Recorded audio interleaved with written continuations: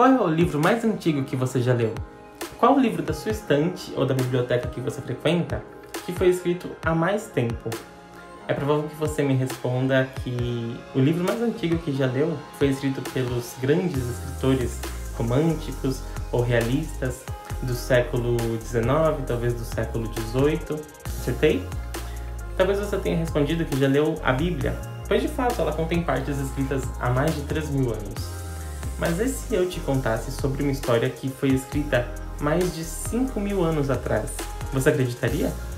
Mas é o que eu vou contar hoje a vocês, nesse primeiro vídeo do canal Os Leituráveis.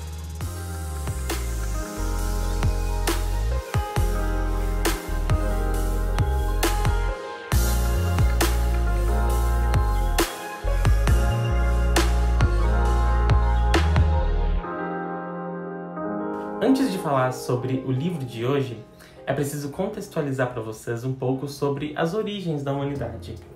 Nossa história da literatura mundial começa junto com as civilizações mais antigas, surgidas há 7.000 anos atrás. Essas civilizações eram o que chamamos de nômades, pessoas que se mudavam para outras regiões sempre que os alimentos disponíveis onde estavam se acabavam. Esses nômades, então, por volta desse período, passaram a entender que se vivessem perto de rios, não precisariam mais se mudar tanto como antes, pois eles poderiam plantar seu próprio alimento. Bem mais fácil, né? E você sabe dizer onde isso pode ter começado? Onde esses nômades se estabeleceram? Se você se lembra de suas aulas na escola, você deve ter dito algo como Crescente Fértil ou Mesopotâmia, certo? É exatamente isso.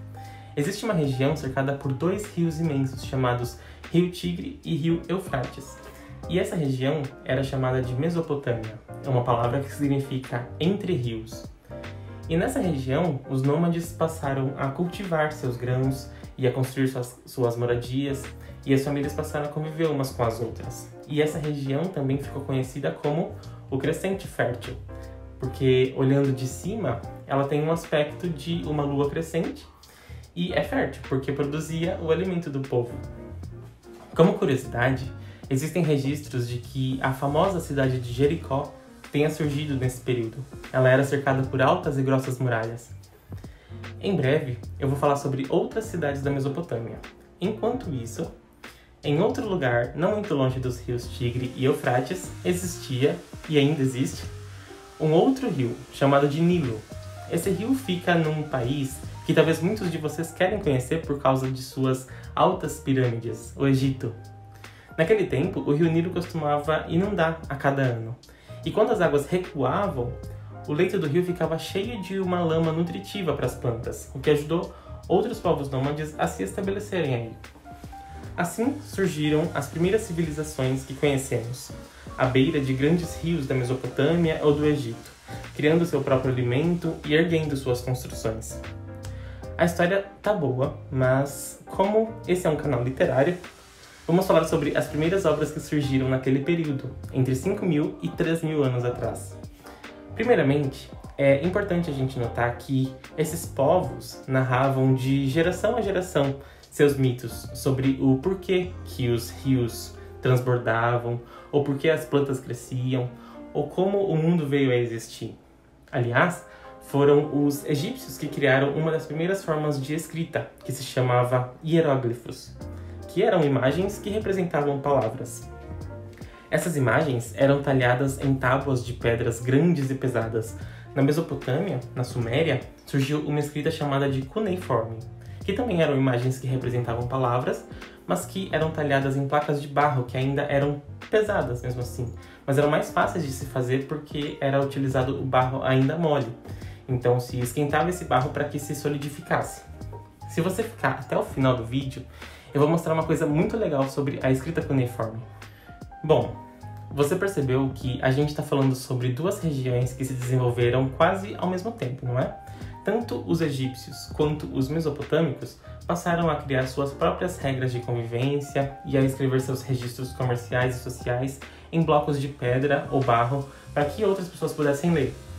Séculos mais tarde, os mesmos egípcios criaram o papiro, uma folha de papel feita com junco que eles encontravam na beira do rio, e isso facilitou enormemente a forma como se faziam os registros.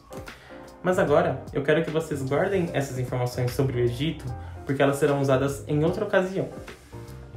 Naquele período, por volta do ano 3000 antes da Era Comum, ou antes de Cristo, além do Egito no Rio Nilo, um outro império tinha sido construído na Mesopotâmia, e seu rei era Sanciedade. Esse império ficava entre os rios Tigre e Eufrates, mas na parte norte da Mesopotâmia, porque na parte sul ficava a Babilônia. O Império de Sanciedade, no norte, tinha como capital a cidade de Assur, e esse rei queria que toda a Mesopotâmia tivesse medo dele, incluindo o rei da Babilônia, o rei Hammurabi. Assim, o povo de Assur, os assírios, dizia que Sanciedade seria o rei do mundo. Eu não vou dizer ainda se o rei Sanciedade da Assíria marchou contra o rei Hammurabi da Babilônia para conquistar toda a Mesopotâmia. O fato é que, não importa se esses dois impérios tinham um certo desentendimento, os dois impérios compartilhavam uma história em comum a respeito de um rei que tinha vivido muito tempo antes deles, um rei chamado de Gilgamesh. Essa é a história conhecida como a Epopeia de Gilgamesh, um dos contos de fadas mais antigos do mundo. Você sabe o que é uma epopeia?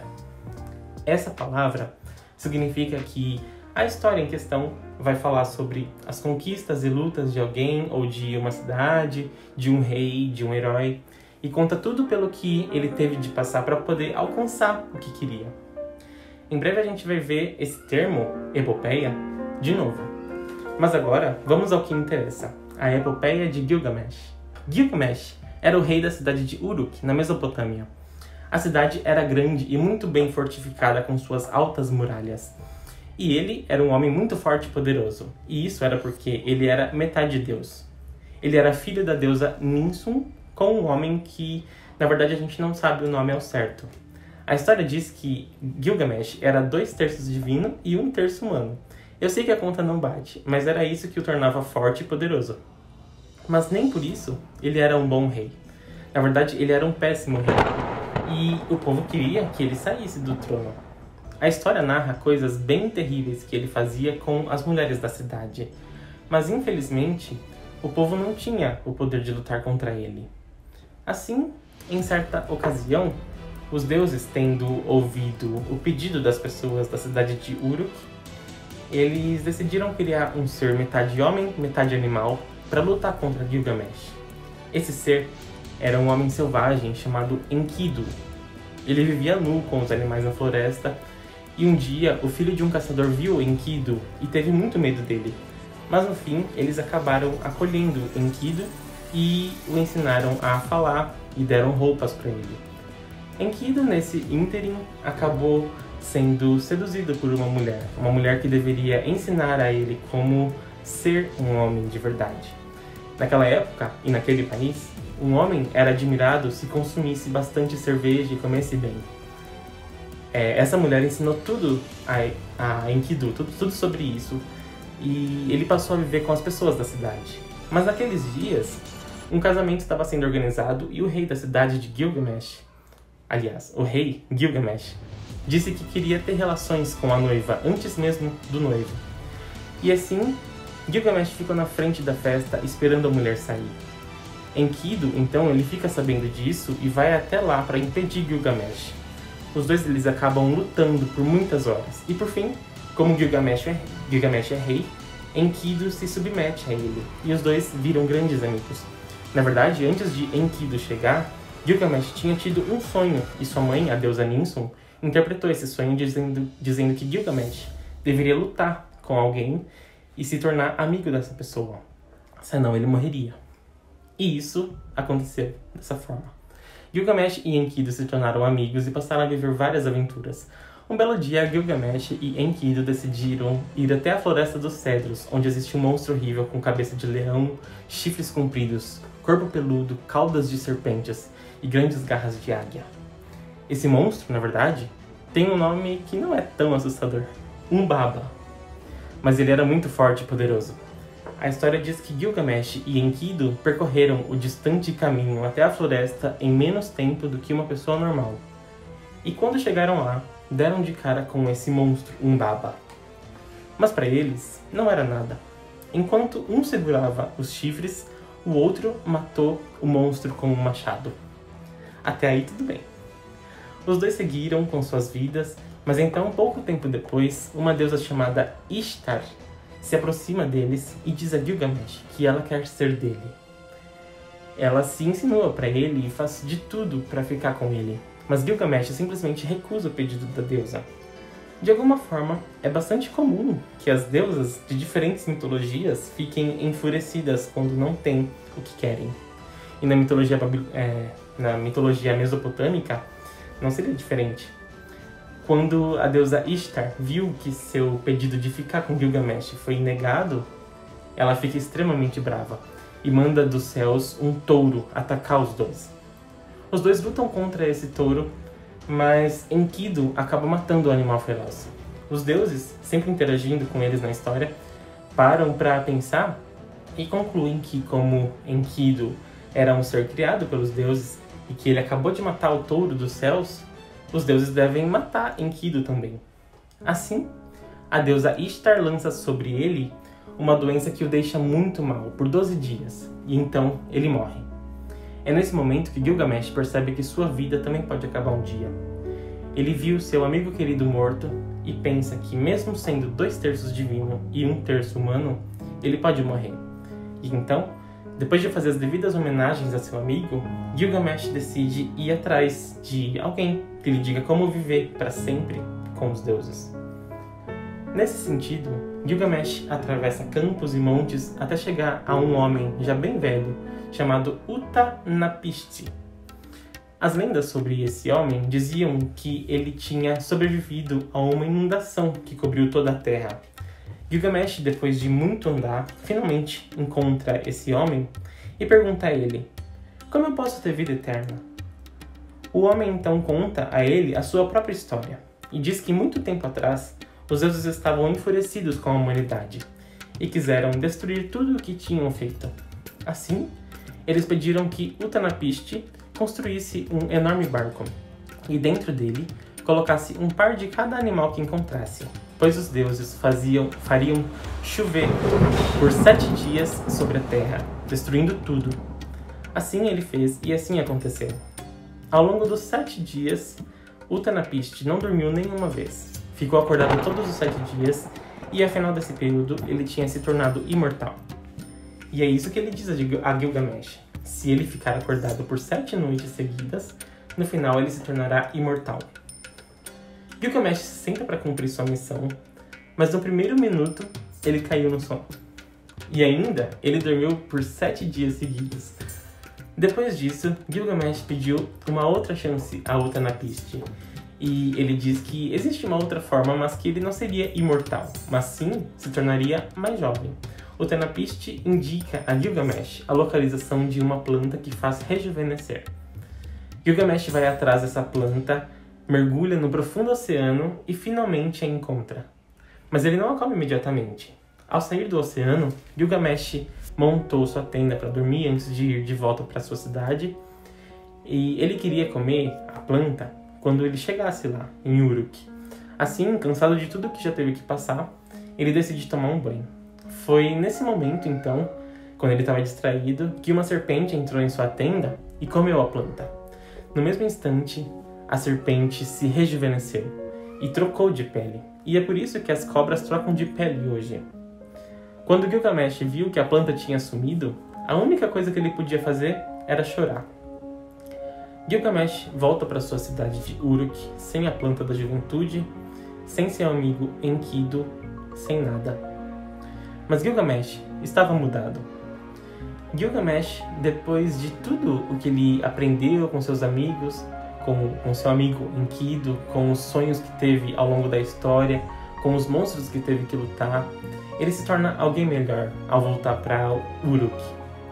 Aquilo que o herói traz consigo na volta não é algo material, mas sim a certeza de que a vida humana, ainda que breve, tem seu lugar no espaço de convivência com outros homens. É o que diz na introdução desse livro. Existem registros que indicam que o rei Gilgamesh realmente tenha existido. Seu reinado ocorreu por volta do ano 2700 antes da Era Comum, antes de Cristo. Mas a história sobre ele nunca tinha sido escrita. Na verdade, os povos sumérios, babilônicos, assírios compartilhavam sobre sua história através da tradição oral. Eles contavam as histórias de forma falada. Naquele tempo já existia a escrita cuneiforme, mas era usada para registros econômicos apenas. Aliás, no final do vídeo eu vou mostrar a você algo bem legal sobre a escrita cuneiforme. Foi somente por volta do ano 2100 antes da Era Comum que as primeiras tabuinhas surgiram e passaram a contar a história de Gilgamesh de forma escrita. Os historiadores descobriram que essas tabuinhas foram escritas várias vezes em vários lugares da Mesopotâmia, e por isso há registro de que algumas dessas tabuinhas tenham sido escritas até mesmo no século VII antes da Era Comum, antes de Cristo. O livro é composto por 12 tabuinhas. A tabuinha de número 12 só foi encontrada em 2014. Então é possível que exista alguma parte do texto ainda perdida por aí. Eu li essa história nessa versão da Editora Autêntica, com tradução de Jacinto Liz Brandão. Nessa versão existe um texto introdutório muito explicativo. Ele diz que não se sabe ao certo quem escreveu a epopeia de Gilgamesh, mas que as tabuinhas foram reunidas por volta do ano 1300 antes da Era Comum por uma pessoa chamada Sin-lek-unini, aqui, que foi quem deu o formato que conhecemos, a epopeia de Gilgamesh. E para você que assistiu até aqui, muito obrigado! Agora eu quero mostrar a você como você pode escrever seu nome usando a escrita cuneiforme. A escrita cuneiforme é composta por linhas na vertical, na horizontal e por pontos. Para conseguir escrever, você vai precisar de um bloco de argila, mas no meu caso estou usando massa de biscuit, mas também serve massinha de modelar. E você vai precisar também de um palito com a ponta quadrada ou retangular. Em alguns casos também serve o hashi japonês ou até mesmo uma caneta, se você tiver essas coisas em casa. Pressione a madeira de forma vertical contra a massa e você vai ter o primeiro traço. Pressione de novo, mas agora no sentido horizontal, e você terá o segundo traço. Por fim, pressione a ponta do hashi ou da caneta contra a massa e você terá o ponto. Se não tiver essas coisas, você pode desenhar dessa forma. Aqui está o alfabeto cuneiforme. Com ele você pode escrever seu nome usando esses traços que ensinei. Pause o vídeo e tente escrever seu nome. É assim que fica o meu.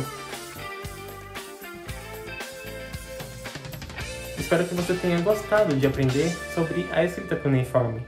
As informações desse vídeo foram tiradas dos livros Epopeia de Gilgamesh, ou Ele que o Abismo Viu, da Editora Autêntica, da série de livros A História do Mundo, de Susan Bauer, pela editora Filocalia, um excelente material para ensinar história para crianças de forma simples e envolvente, e de cursos virtuais ministrados pelo professor Grant L. Watt, pela plataforma Great Courses, e Eve Williams, pela plataforma Udemy. Você pode comprar esses livros pelos links que estão na descrição. E se você gostou desse vídeo, se apoia projetos como esse, não se esqueça de curtir para que eu possa continuar trazendo a vocês mais livros da história da literatura mundial.